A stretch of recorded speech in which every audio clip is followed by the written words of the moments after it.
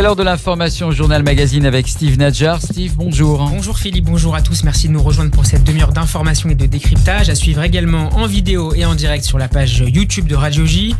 À la une en ce lundi 3 février, les menaces du Fatah. L'organisation palestinienne de Mahmoud Abbas promet que les Palestiniens défendront leur patrie avec leur sang et leurs âmes. Après la publication du deal du siècle, Jared Kushner leur répond: s'ils ne sont pas d'accord avec notre offre, ils n'ont qu'à faire des propositions. On en parle dès le début de ce journal.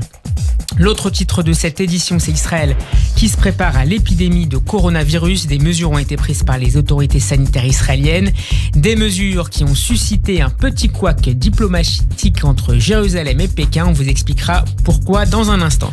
Et puis nous reviendrons également dans ce journal sur le voyage de Benjamin Netanyahou en Ouganda, sur le début des primaires démocrates aux États-Unis et sur le second procès en appel des époux Balkany. Radio J.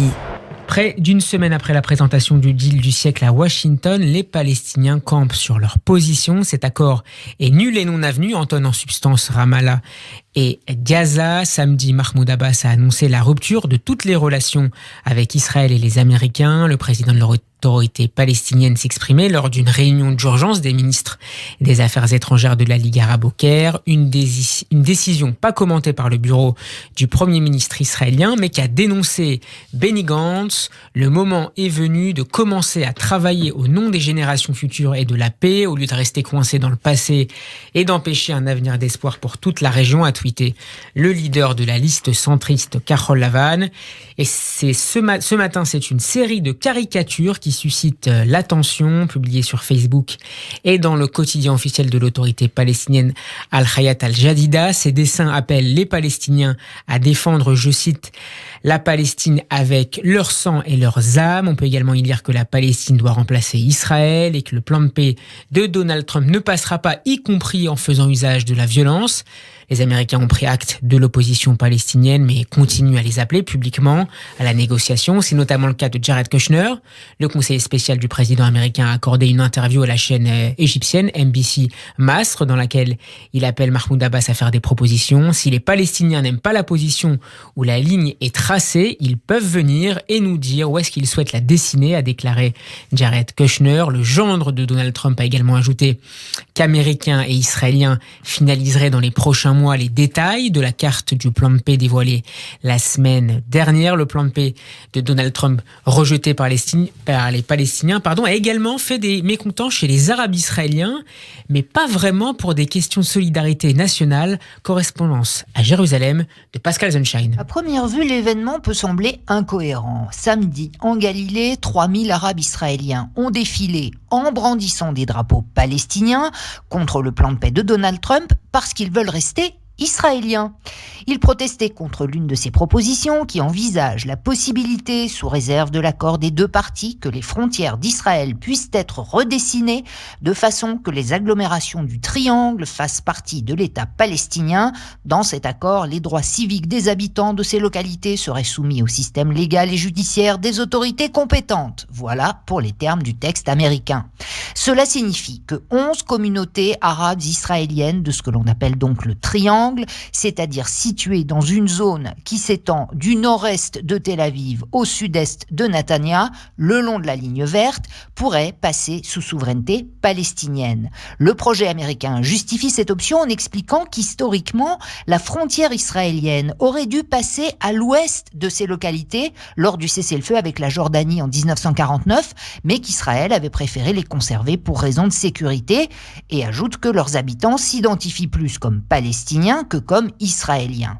Si la proposition a donc fait bondir les élus et représentants de la minorité arabe israélienne, ce n'est évidemment pas dans un sursaut de sionisme.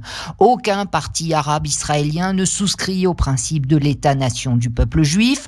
En revanche, tous réclament l'égalité de tous les citoyens, Pour eux, idéalement, Israël devra adopter une forme d'État binational qui pourra continuer à exister à côté d'un État palestinien indépendant. Dans cette optique, il n'y a donc aucune justification à renoncer à la citoyenneté israélienne au profit de la palestinienne. Pour la population arabe israélienne, l'enjeu est moins idéologique mais plus pragmatique. Les habitants des localités du Triangle sont ici depuis près de 70 ans. C'est en Israël qu'ils ont leur centre de vie, qu'ils participent à l'économie et qu'ils bénéficient d'une couverture sociale et de droits civiques dans des conditions qu'ils n'auraient sûrement pas dans un État palestinien. Quant à leur perception identitaire, si elle peut fluctuer au fil des crises politiques, elle ne perd jamais sa dimension israélienne. Les Arabes israéliens se définissent alternativement par leur appartenance à la nation arabe, comme des Palestiniens d'Israël, voire selon leur religion, mais aussi comme des citoyens d'Israël dans un ordre qui peut varier. Et même s'ils votent majoritairement pour des partis arabes à la Knesset, ils reprochent régulièrement à leurs élus de faire passer les intérêts des Palestiniens avant les leurs. Et les Arabes israéliens se disent à une très large majorité satisfaits d'être citoyens israéliens. Voilà ce qui explique la colère des Arabes israéliens qui n'ont donc pas plus apprécié d'être considérés comme des pions sur l'échiquier diplomatique et qui tiennent aux valeurs que leur a données la démocratie israélienne. Le ministre israélien de la Défense Naftali Bennett se trouve actuellement aux États-Unis. Le chef de la liste Yamina rencontrera son homologue américain Mark Esper. Au menu de cette première rencontre entre les deux hommes, la situation régionale avec la montée en puissance de l'Iran, notamment dans le domaine nucléaire. Naftali Bennett sera également reçu par des membres du Sénat et du Congrès. Puis on reste d'ailleurs aux États-Unis où démarre aujourd'hui le vote pour les primaires démocrates, un important moment pour la démocratie américaine. Les électeurs du caucus de l'Iowa sont invités aujourd'hui à choisir quel candidat démocrate les représentera lors de la présidentielle de novembre prochain. 12 candidats sont en lice pour ce coup d'envoi après une série d'abandons. Les favoris sont toujours l'ancien vice-président de Barack Obama, Joe Biden, et la sénatrice Elizabeth Warren. Et plus encore que l'Iowa, c'est le Super Tuesday du 3 mars qui est coché sur tous les agendas. Ce jour-là, une quinzaine d'États seront appelés aux urnes. La convention démocrate aura quant à elle lieu à la mi-juillet. Un mois presque jour pour jour avant les élections israéliennes cette fois, le plan de paix américain aura-t-il une influence sur le choix dans les urnes ? Pas forcément. Carol Lavan reste pour l'instant devant le Likoud qui gagne en moyenne un siège de plus qu'avant la présentation du deal du siècle. Mais les électeurs israéliens considèrent que Donald Trump a cherché à interférer dans la campagne. Ils sont 49,9% à le penser selon un sondage de l'Institut pour la démocratie israélienne. 32% des personnes interrogées considèrent également que le plan du président américain aura un impact sur la manière dont les Israéliens évalueront le procès de Benjamin Netanyahou. Continuons à parler de ces élections du 2 mars prochain. Ce matin, Serge Ajdenberg recevait Olivier Rafovitch, colonel de réserve de Tsahal et désormais candidat sur la liste Israël Beitenu d'Avigdor Lieberman. On écoute tout de suite Olivier Rafovitch. Nous voulons et nous continuerons à vouloir un gouvernement sioniste, des grands partis sionistes, pour un Israël fort et puissant, parce que les challenges, parce que les défis sont très durs. Alors, lorsqu'on voit en plus l'arrivée d'un plan américain qui au départ a été, à ma grande surprise, applaudi à tue-tête par Netanyahou et par même les partis sionistes religieux, et puis au fur et à mesure que le plan se comprend et se définit. On parle d'un État palestinien, sur des terres israéliennes, en Judée-Samarie, mais également des terres importantes dans le Negev occidental, là où habitent aujourd'hui des fermiers israéliens qui cultivent entre autres les petites tomates, vous savez, les petites tomates chéries qu'on trouve sur les marchés en France, qui sont oui, les tomates cerises, oui. Extrêmement appréciées. Alors, quelque part, aujourd'hui, face à ces challenges, à ces défis au niveau politique, mais également au niveau militaire, n'oublions pas que nous sommes à moins d'1 an et demi de l'obtention de la bombe atomique par l'Iran, et il est clair que nous ne pourrons pas laisser faire l'Iran. Nous sommes dans une situation avec un déficit budgétaire gigantesque, de plus de 55 milliards de shekels. Nous sommes dans une crise importante dans le domaine de la santé. Et tout ça réuni, c'est que l'État d'Israël qui est un État que j'aime, comme nous tous, nous l'aimons le plus au monde, ne peut pas se permettre la division. Il ne peut pas se permettre non plus de penser à des coalitions étroites. C'est pour ça que, en fin de compte, je suis convaincu, au-delà de mes idées politiques personnelles, je suis convaincu que l'intérêt de l'État d'Israël est une réunion des grands partis sionistes. D'ailleurs, à l'époque, nous espérions que le Likoud de Netanyahou et que Kahol Lavan de Benny Gantz s'unissent. D'ailleurs, ils auraient pu très bien s'unir tous les deux, ils étaient suffisamment importants, 65 sièges ensemble, pour former une coalition sans personne. Mais le fait qu'il y ait eu ici des jeux d'ego, n'est-ce pas, et des volontés, qui sera le premier, qui sera le deuxième, a fait que cette réunion a capoté. Mais, pour revenir à votre question, Serge, la liste arabe est une liste de gens qui soutiennent le terrorisme, qui sont anti-sionistes. Alors, je vois pas du tout la surprise que ces gens-là ne soutiennent pas, et heureusement d'ailleurs, qu'ils ne rentrent pas dans un gouvernement israélien sioniste fort. Oui, on est bien d'accord, mais si vous voulez, il faut quand même avoir 61 voix. Alors, comment ça va se passer? Vous voulez pas dire de quel côté vous allez vous mettre? On en revient au tournant. C'est le chien qui sort la queue. Attendez, dans une vision, si le Likoud avait aujourd'hui 45 sièges et l'autre parti en avait le même nom, plus ou moins, on pourrait effectivement penser à des gouvernements menés par un seul parti avec leur parti satellite. Mais ce n'est pas le cas. Ce n'est pas le cas. Regardez la droite, ce qu'on appelle la droite religieuse, Bennett et Shaked, qui est en dislocation totale. Ils sont mis à 4 petits partis pour essayer de faire une liste qui aujourd'hui fait dans les sondages 6 ou 7 sièges. L'ancien Mafdal, vous vous souvenez, avec des disputes internes. Il y a une liste, on va dire, rebelle, Otzma Yehudit, qui voulait au départ faire partie de la liste de Bennett, Shaked et Smotrich et Peretz, qui a été mise hors jeu, qui continue à courir toute seule et qui va prendre des voix. Elle peut prendre 2 sièges. Elle ne passera pas le seuil d'éligibilité, mais elle prendra des sièges. Donc, dans cette mosaïque de partis, de désunion, et vous avez aussi, excusez-moi, les partis orthodoxes qui, eux, ont un seul intérêt, c'est leur communauté à eux. Vous écoutez les discours de M. Derry de Chasse ou de M. Gafni de Yadut HaTorah, il n'y a aucune vision sioniste, aucune vision globale, c'est une vision locale, communautariste, de leur propre communauté. Eux, ce qui les intéresse, ils ont le droit, c'est d'avoir des élèves dans les yeshivot. Nous, ce qui nous intéresse, c'est d'avoir un État d'Israël fort et puissant, avec une armée forte et une économie forte pour faire face aux ennemis d'Israël qui veulent nous détruire. Donc, il faut trouver les points communs. Et les points communs aujourd'hui, on les trouve au Likoud, on les trouve à Kahol Lavan, on les trouve chez Israël Bekenou. Et ce que je rappelle, qui veut dire en hébreu, Israël, notre maison. Parce qu'on n'en a qu'une maison. Donc, on ne va pas commencer à réfléchir avec les Arabes qui veulent prendre notre maison. Vous comprenez? Donc tout ça réuni fait que votre question de départ n'était pas une mauvaise question, mais en tout cas, la réponse pour moi était claire. Il n'y a aucune surprise dans cette liste unie des députés arabes qui sont d'ailleurs beaucoup plus extrémistes d'ailleurs que la majorité des Arabes israéliens qui, eux, veulent vivre, je crois, une vie normale et surtout rester israéliens et des bons citoyens. On marque tout de suite une pause et on se retrouve dans un instant pour la suite du Journal Magazine. L'autre actualité à la une en Israël aujourd'hui, c'est la progression du coronavirus qui inquiète. Les autorités sanitaires locales tentent de rassurer la population et ce n'est pas facile. Le sujet est très largement couvert aujourd'hui par les médias. Revue de la presse israélienne signée Olivier Granilic en partenariat avec Studio Kalita. Nous allons prendre des mesures drastiques contre le virus du corona. C'est le titre du Israël Hayom ce matin. Sans céder à la panique, les autorités israéliennes ont décidé tout de même de mettre tout en œuvre pour protéger ses citoyens contre le virus venu de Chine. C'est ce qu'explique ce matin Eli Léon dans les colonnes du Israël Hayom. Israël contre le virus du corona donc. Le Premier ministre israélien a convoqué hier une réunion d'urgence consacrée à la réponse israélienne face à cette nouvelle épidémie.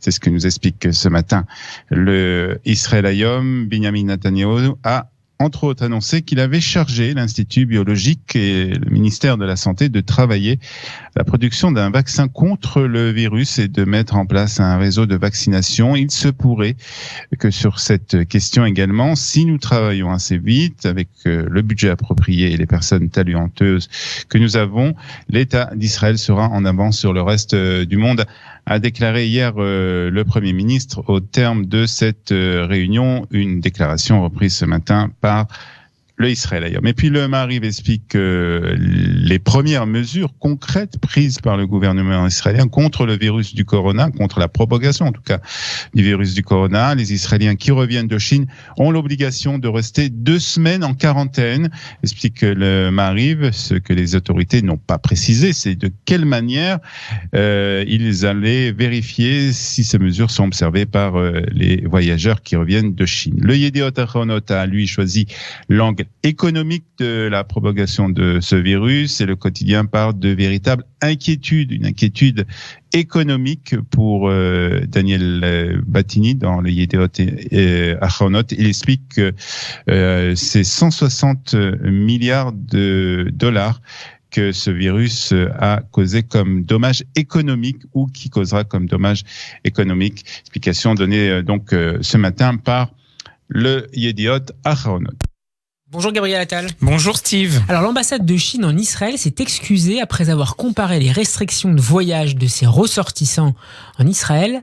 Elle les a comparées à la Shoah, Gabriel. L'émissaire a déclaré qu'il n'y avait aucune intention de comparer les jours sombres de la Shoah avec la situation actuelle et les efforts déployés par le gouvernement israélien pour protéger ses citoyens. Un patient israélien atteint de symptômes similaires à ceux du coronavirus est arrivé aujourd'hui à une clinique de Bnei Brak et le Magen David Adom a envoyé 2000 masques de protection au Bet Rabbad en Chine. Et en France, où se passe-t-il, Gabriel ? Les tests effectués à Istres hier sur les 20 personnes revenues de Chine qui présentaient des symptômes se sont révélés négatifs, a déclaré Adrien Taquet, le secrétaire d'État auprès de la ministre de la Santé Agnès Buzyn. Toutes ces personnes-là ont pu rejoindre les centres de quarantaine, a-t-il ajouté. Diplomatie maintenant, Benjamin Netanyahou est arrivé ce matin à Entebbe en Ouganda pour une visite éclair d'une journée. C'est son 5e voyage dans un pays africain en 3 ans et demi. Le Premier ministre travaillerait pour que le gouvernement ougandais installe son ambassade à Jérusalem. Le pays africain ne possède pour le moment pas d'ambassade en Israël. Netanyahou espère renforcer les liens avec l'Ouganda et avoir de très bonnes nouvelles pour Israël jusqu'à la fin de la journée. Bonjour Richard Prasquet. Bonjour. Merci d'avoir accepté notre invitation. Vous êtes le président du Keren Hayesod. Avant de revenir sur le déplacement de Benjamin Netanyahou en Ouganda, j'aimerais vous entendre, Richard Prasquet, sur le voyage du Keren Hayesod en décembre dernier dans le pays. Quel était le sens de ce voyage dont on imagine qu'il avait un fort accent mémoriel ? Oui, alors je ne suis plus président du Keren Hayesod depuis 3-4 jours. Ah. Ça n'a pas de sens. Information. Mais le voyage que nous avons effectué au mois de décembre avait évidemment un aspect mémoriel, mais c'était en réalité de façon très très précise un voyage pour examiner l'un des programmes du Keren Hayesod, qui est un programme humanitaire qui s'appelle le programme TEN, qui est un programme d'aide éducatif aux enfants ougandais. Et ça a été à destination de tous les enfants ougandais.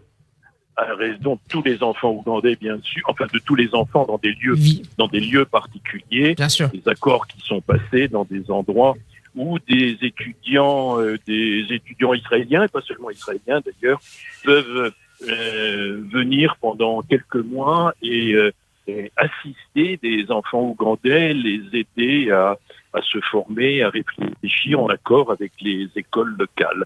C'est un très beau programme et c'est un programme très valorisant pour les jeunes qui ont terminé leur cursus scolaire ou parfois même qui ont déjà terminé leur service militaire et qui veulent passer quelques mois à faire de l'humanitaire, à aider et à connaître le monde tel qu'il est. Richard Prasquet, comment avez-vous été reçu par les Ougandais ? Alors, nous avons été admirablement bien reçus par les Ougandais. Alors, bien entendu, lorsqu'on pense à l'Ouganda, et c'est évident... on pense évidemment à Entebbe. On pense évidemment à Entebbe, et quand on arrive, c'est l'aéroport d'Entebbe, qui se trouve pas très loin de la capitale de Kampala. Il y a là d'ailleurs un mémorial en souvenir de l'opération israélienne d'Entebbe, dont je rappelle qu'elle est de juillet 1976, qui est une opération que les gens de ma génération se rappellent avec énormément d'émotion. Je pense que c'est quelque chose d'exemplaire, opération dans laquelle, on le sait, le seul mort du côté des Israéliens a été le chef de l'opération, qui était Yoni Netanyahou, le frère aîné de Benjamin Netanyahou. D'ailleurs, le troisième frère de la famille a écrit un livre très intéressant sur les détails de cette opération. Puisque je parle de cette opération, je voudrais dire un mot aussi, parce qu'on l'a un peu oublié, mais le capitaine, le commandant français de l'avion Air France, qui est mort l'an dernier, le commandant Michel Bacos, a eu ainsi que son équipage une attitude absolument admirable. C'est important de le rappeler. C'est important de le rappeler. D'abandonner les passagers, oui. Et je crois que c'est quelque chose qui m'émeut beaucoup. Alors nous avons vu un pays africain avec lequel les relations sont a priori excellentes avec le gouvernement israélien, bien qu'il n'y ait pas d'ambassade. Et nous avons aussi eu l'occasion de rencontrer un groupe de juifs africains ougandais qui se sont convertis, dont les originaires se sont convertis au judaïsme dans les années 1925-1930, et il y a actuellement 2-3 000 juifs ougandais dont la pratique du judaïsme est réelle. Nous les avons rencontrés, bien que le centre de ce groupe se trouve dans le sud-est du pays, mais il y en a quelques-uns qui se trouvent dans la capitale, à Kampala. C'est toujours extrêmement émouvant de rencontrer si loin des gens, des jeunes notamment, qui pratiquent le judaïsme. C'est quelque chose qui nous a beaucoup touchés. Richard Prasky, avant de monter dans son avion, Benjamin Netanyahou a indiqué attendre de bonnes nouvelles de son déplacement à Entebbe. L'ouverture des relations diplomatiques entre les deux États devrait être annoncée, c'est ce qu'indiquent les médias israéliens. Pourquoi l'État d'Israël a intérêt aujourd'hui à renforcer sa présence en Afrique, un continent où il était très présent au moment de sa création, dans les premières décennies de sa création? Oui, c'est tout à fait vrai. Il faut même rappeler que dans ces premières années, Idi Amin Dada avait même été en Israël, avait des diplômes de parachutistes israéliens. Et ensuite, les pays africains ont rompu leurs relations avec Israël parce qu'ils étaient poussés par les pays arabes, par l'Arabie Saoudite, les pays du Golfe avec toute leur puissance financière, par la Libye aussi, qui a eu une action extrêmement forte.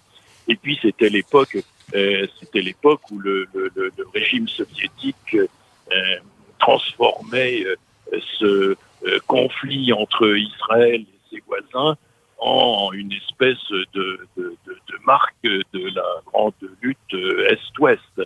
Donc, aujourd'hui, cette page est tournée et Israël a tout intérêt à se renforcer. Cette page n'est pas encore totalement tournée, mais depuis quelques années, les relations globalement avec certains pays notamment se sont beaucoup réchauffées. Un certain nombre de pays africains sont des pays où la majorité est musulmane. Ce n'est pas le cas de l'Ouganda. C'est donc parfois plus facile à cause de cela, mais il y a des pays avec une population musulmane majoritaire où les relations avec Israël commencent à redevenir plus chaudes qu'elles ne l'étaient auparavant. Mais en Ouganda, c'est vrai. Et nous avons été reçus d'ailleurs notre petite délégation a été reçue au Parlement ougandais et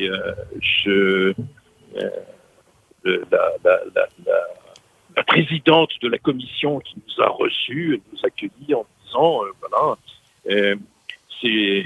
nos invités viennent sont liés au pays qui a apporté la parole divine, la parole de Dieu. C'est un pays où les évangélistes sont très très très importants et donc il y a là des éléments de sympathie naturelle qui existent. Il y a un autre élément sur lequel je souhaiterais vous faire revenir, Richard Prasquier. Le chef du Mossad, Yossi Cohen, est également du voyage, une présence rare dans ce genre de déplacement diplomatique. La sécurité, le renseignement, ce sont des domaines dans lesquels Israël et les États africains ont vocation à intensifier leur collaboration ? Je suppose, et je pense que je ne suis absolument pas au courant de ce qui se fait, mais je suppose que ces relations existent déjà. Il faut voir que les mesures de sécurité, comme dans un pays comme l'Ouganda, sont assez drastiques à l'entrée des hôtels, à l'entrée de tous les lieux de groupe. Il y a des contrôles très stricts. Alors l'Ouganda n'a pas été, à ma connaissance, victime des attentats comme l'a été son voisin au Kenya. Il y a eu des attentats très très très violents au Kenya, en Tanzanie aussi, je crois. Mais tout cela, ils sont conscients que cela peut survenir. Et bien entendu, les compétences israéliennes en matière de sécurité sont et de lutte contre le terrorisme. Merci beaucoup Richard Prasquier d'avoir été mon invité cet après-midi. À très bientôt sur Radio J. À bientôt, au revoir. Au revoir. On retrouve tout de suite Gabriel Lattal pour la suite de l'actualité. Des responsables israéliens, Gabriel, ont démenti hier des informations des médias arabes affirmant que des hommes armés inconnus avaient attaqué et endommagé une pipeline dans le nord du Sinaï qui transporte du gaz naturel israélien vers l'Égypte. Pour le moment, le gaz naturel coule d'Israël à travers le gazoduc et atteint l'Égypte, a précisé une déclaration du bureau du ministre israélien de l'énergie, Yuval Steinitz. Une autre déclaration des entreprises partenaires exploitant le gisement de gaz Léviathan d'Israël a publié hier soir un communiqué affirmant que le gazoduc reliant Israël et l'Égypte n'a subi aucun dommage. Au lendemain de l'attaque terroriste au couteau à Londres ayant fait 3 blessés, la police britannique a annoncé aujourd'hui avoir mené des perquisitions. Aucune arrestation n'a été effectuée pour le moment. Le Premier ministre Boris Johnson a promis des changements fondamentaux dans le traitement des auteurs d'actes terroristes. Le groupe État islamique a lui revendiqué l'attaque ce midi. Le profil de l'auteur de l'attentat montre un homme de 20 ans obsédé par la violence. Sudesh Aman avait été libéré de prison une semaine avant de commettre son attaque. Il avait été condamné à plus de 3 ans de prison ferme en novembre 2018 pour 13 délits terroristes, 6 délits de possession de documents à caractère terroriste et 7 relatifs à leur distribution. Justice en France, Isabelle et Patrick Balkany sont à nouveau jugés aujourd'hui à Paris pour blanchiment de fraude fiscale. C'est le 2e procès en appel du couple. En octobre dernier, le tribunal correctionnel les avait condamnés lourdement pour avoir caché 13 millions d'euros d'avoirs au fisc entre 2007 et 2014. Selon le quotidien 20 minutes, il se pourrait cependant que l'audience s'achève rapidement car les avocats des Balkany devraient demander le renvoi du procès en raison de la grève actuelle des avocats. On termine avec la polémique du jour. Christophe Maréco, un élu du Rassemblement national, a proposé que les enfants s'entraînent au tir pour, je cite, faire face à la menace islamiste. Selon lui, l'État n'assure plus ses fonctions régaliennes. Nous ne sommes plus en sécurité. La présidente du parti d'extrême droite, Marine Le Pen, l'a désavoué ce matin sur RMC et a jugé sa proposition stupide et dangereuse. Le porte-parole du Rassemblement national, Sébastien Chenu, a lui condamné des propos inadmissibles. Le candidat au municipal, Christophe Maréco, sera convoqué devant la commission des conflits du parti. Et on apprend à l'instant que l'audience concernant les époux Balkany a été reportée à demain. On en reparlera lors de notre prochaine édition à 15h. C'est la fin de cette édition. Merci Gabriel Attal. Merci à nos auditeurs également et évidemment de l'avoir suivi. Retour de l'info, je l'ai dit, à 15h. Excellent après-midi. Prenez soin de vous.